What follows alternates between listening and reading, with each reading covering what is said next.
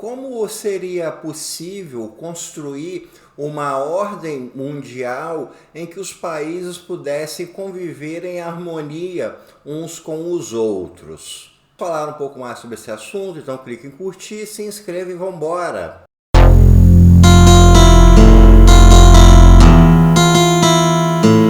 Hoje nós vamos falar sobre o livro Ordem Mundial, que foi escrito pelo pensador estadunidense Henry Kissinger e que foi publicado no ano de 2014.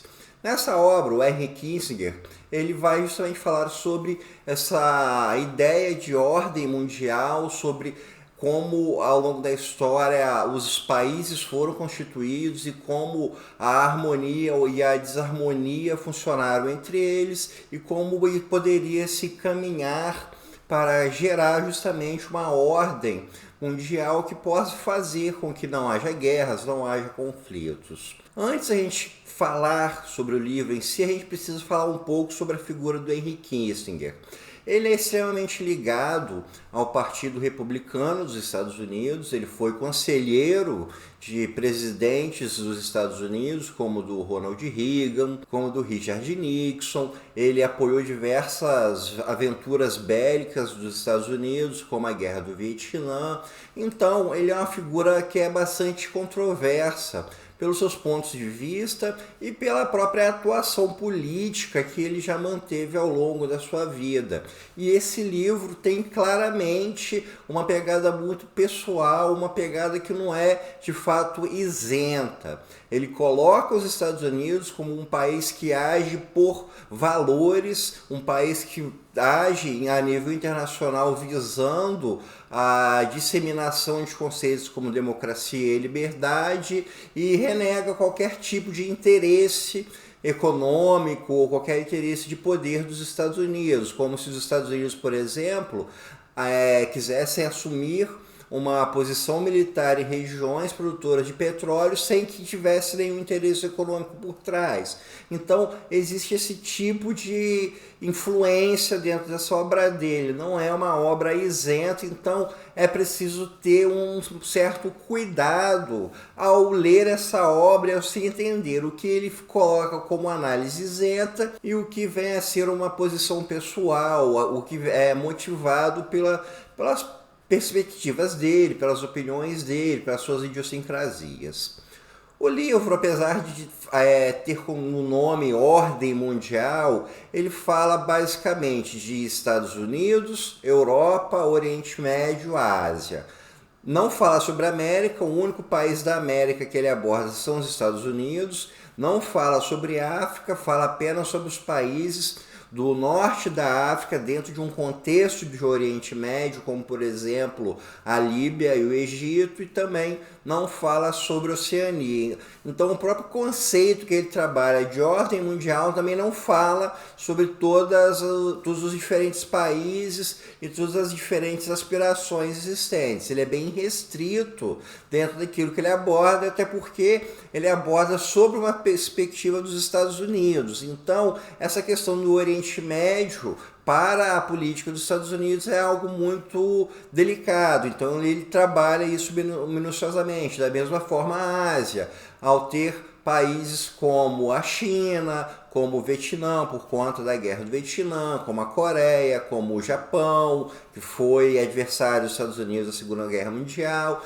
e até em partes a Rússia, porque boa parte do território russo fica na Ásia. Então é preciso ter essas ideias antes de se aprofundar nessa obra. A ordem que o Kissinger coloca, os capítulos, é iniciando pela Europa, porque o histórico da Europa daria base para todo esse conceito de ordem mundial. Depois ele fala de Oriente Médio, depois ele fala de Ásia e depois ele fala dos Estados Unidos, finalizando isso tudo. Só que, na verdade, a parte que ele fala dos Estados Unidos está intrinsecamente ligado àquilo que ele fala sobre a Europa. Então, eu vou falar primeiro sobre a abordagem dele de Europa, depois de Estados Unidos, depois Oriente Médio e sobre Ásia. O ponto inicial para esse conceito de ordem mundial que o Kissinger coloca se encontra na Paz da Westfália, que foi um acordo ocorrido em 1648 e que pôs fim à Guerra dos 30 Anos. A Guerra dos 30 Anos foi movida por motivos religiosos e esses motivos religiosos estão muito ligados a como os estados, como os reinos eram formados naquela época. O que definia um reino era o papel de domínio do seu rei. Aquilo que fosse uma dominação da coroa fazia parte do reino. Como, por exemplo, o Brasil era uma colônia, mas fazia parte do reino de Portugal, porque pertencia à coroa portuguesa. Então, o conceito de reino estava ligado a essa ideia de possessões diretas da coroa, e isso levou ao conflito da Guerra dos 30 Anos, por causa de diversos choques que tem como um dos motores a questão religiosa. Com a Paz de Westfália, ocorreu uma enorme mudança nisso tudo, e foi quando começou a existir o conceito de Estado-nação. O Estado-nação, então, passou a ser moldado por uma geografia, por um recorte territorial, onde cada estado teria o seu território e não poderia haver uma intervenção de um sobre o outro. Então, a Paz de Westfália fez com que o conceito de reinos e a definição do espaço de um reino como possessões reais, que isso mudasse para o formato de Estado-nação. Então, uma Alemanha seria um território alemão e o que estivesse dentro daquele território. Isso colocaria, então, um novo modelo de formação política.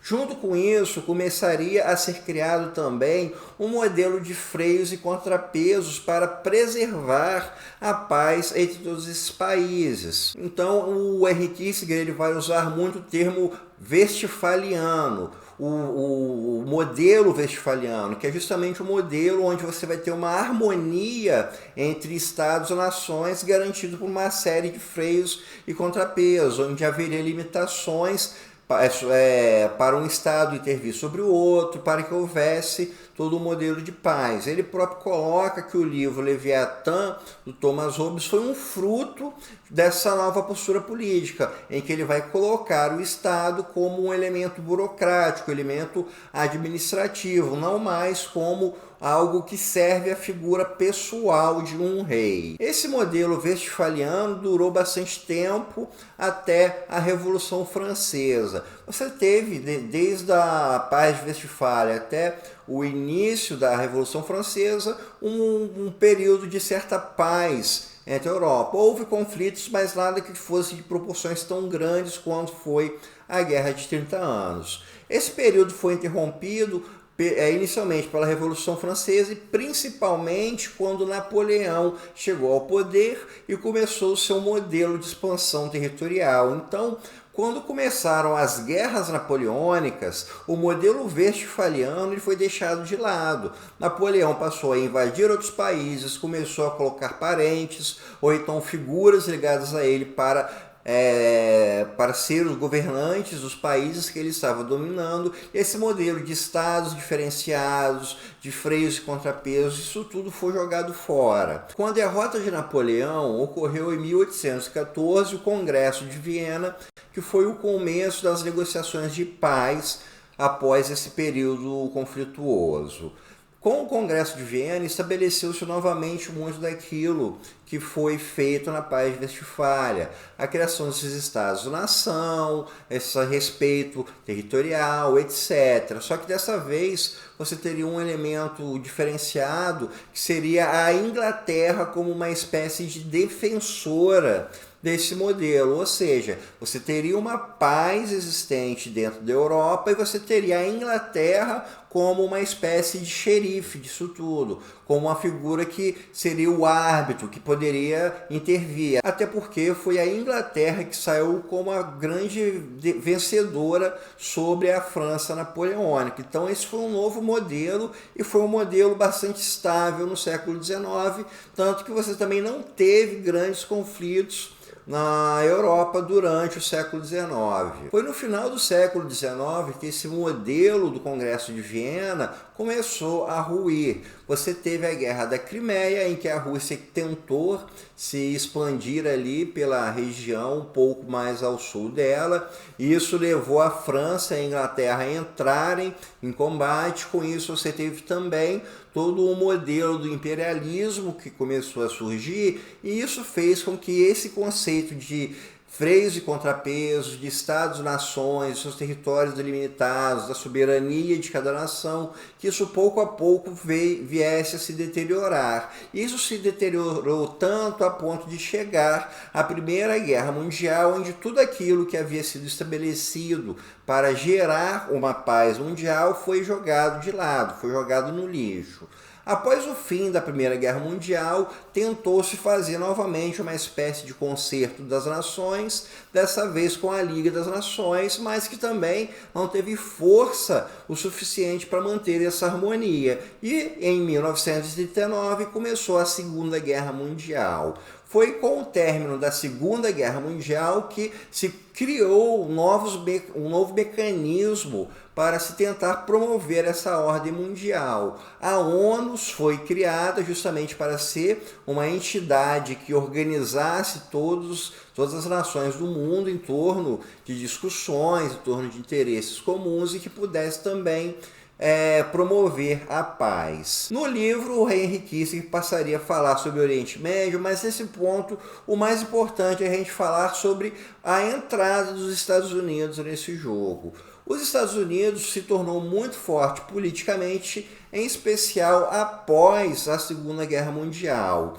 O Kissinger coloca que primeiro com a doutrina Monroe de 1823 e depois com o corolário Roosevelt de 1904, você teria os Estados Unidos crescendo numa ordem internacional movido por um valor próprio dos Estados Unidos, um valor de democracia, um valor de liberdade, ou seja, por uma série de valores que os Estados Unidos começaram a se colocar como guardiões a nível global. Então, quando você teve os Estados Unidos entrando em guerra com o Vietnã do Norte, foi porque o Vietnã do Norte atacou o Vietnã do Sul e os Estados Unidos intervieram justamente para poder manter a paz, para manter uma garantia desses supostos valores que eles defendem. O mesmo aconteceu na Guerra da Coreia, o mesmo aconteceu na Guerra do Golfo, quando o Iraque invadiu o Kuwait, o mesmo aconteceu na Guerra do Afeganistão, na Guerra do Iraque,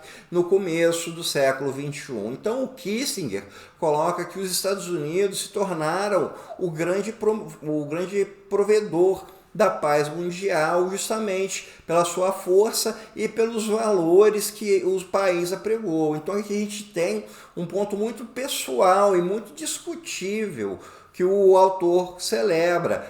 Será que os Estados Unidos de fato levaram todas essas guerras a cabo visando a promoção de valores, visando países independentes, visando o valor da liberdade, visando o valor da democracia? Será que de fato foi esse o interesse desse país? Quando ele fala sobre o Oriente Médio, a gente tem uma plena perspectiva de que ele está falando sobre uma ordem mundial que é justamente governada, que é mantida pelos Estados Unidos. Basicamente, ele coloca que existiria esse modelo defendido pelos Estados Unidos de democracia, liberdade, soberania territorial, esse concerto de nações, os princípios westphalianos, e que haveria um grande problema no Oriente Médio para fazer com que isso se mantivesse.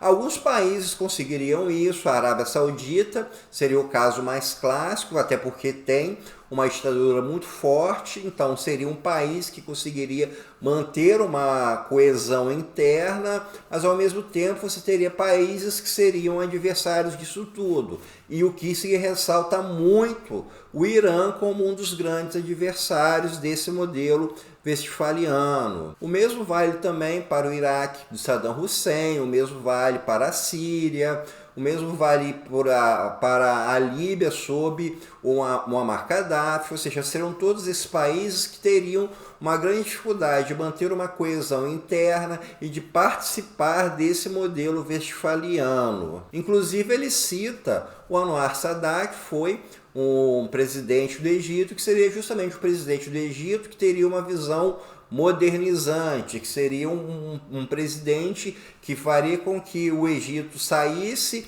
um modelo político muito moldado pela religião, por um extremismo religioso, que passaria para um modelo burocrático e com isso conseguiria participar do modelo westphaliano. E o Sadat foi assassinado e, segundo Kissinger, seria justamente as forças que seriam em oposição a esse processo de modernização. O mesmo ocorreria com a Primavera Árabe. Na visão do Kissinger, a Primavera Árabe não foi um grupo popular que estava querendo modernizar seus países, quisesse mudar o modelo. Na verdade, seria justamente um ressaltar de tudo aquilo que seria próprio do Oriente Médio, desse extremismo religioso, de um modelo cultural que não estaria em adequações com a democracia, com a liberdade, com os valores que supostamente os Estados Unidos defendem. E ao falar da Ásia, ele vai falar justamente sobre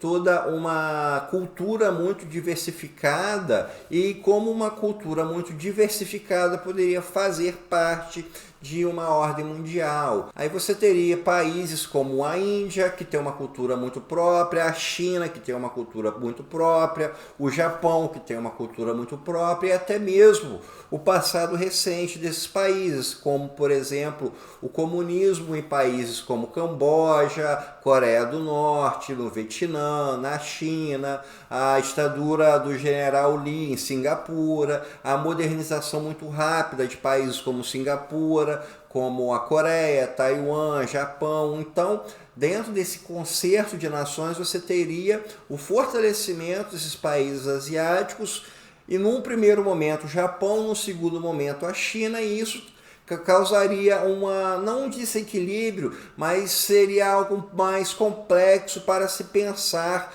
em como funcionaria todo esse ordenamento dos países a nível mundial. Então, a gente tem nesse livro uma obra que ela tem bastante conteúdo valioso, ela tem bastante conteúdo que nos ajuda a compreender a história, mas que é preciso um certo cuidado ao se ler. É preciso ter bastante senso crítico, porque o autor ele não é isento, ele não trabalha com isenção. Você vê claramente muitos pontos de vista pessoais.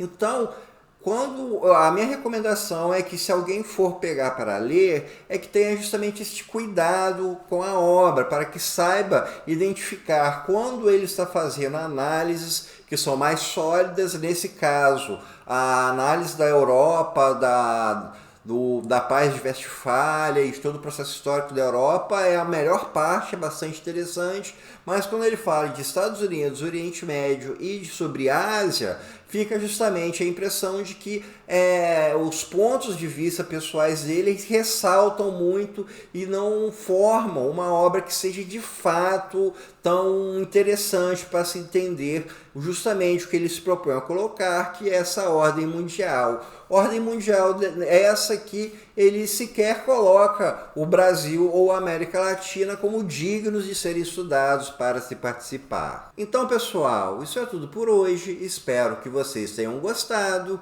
e até o nosso próximo encontro.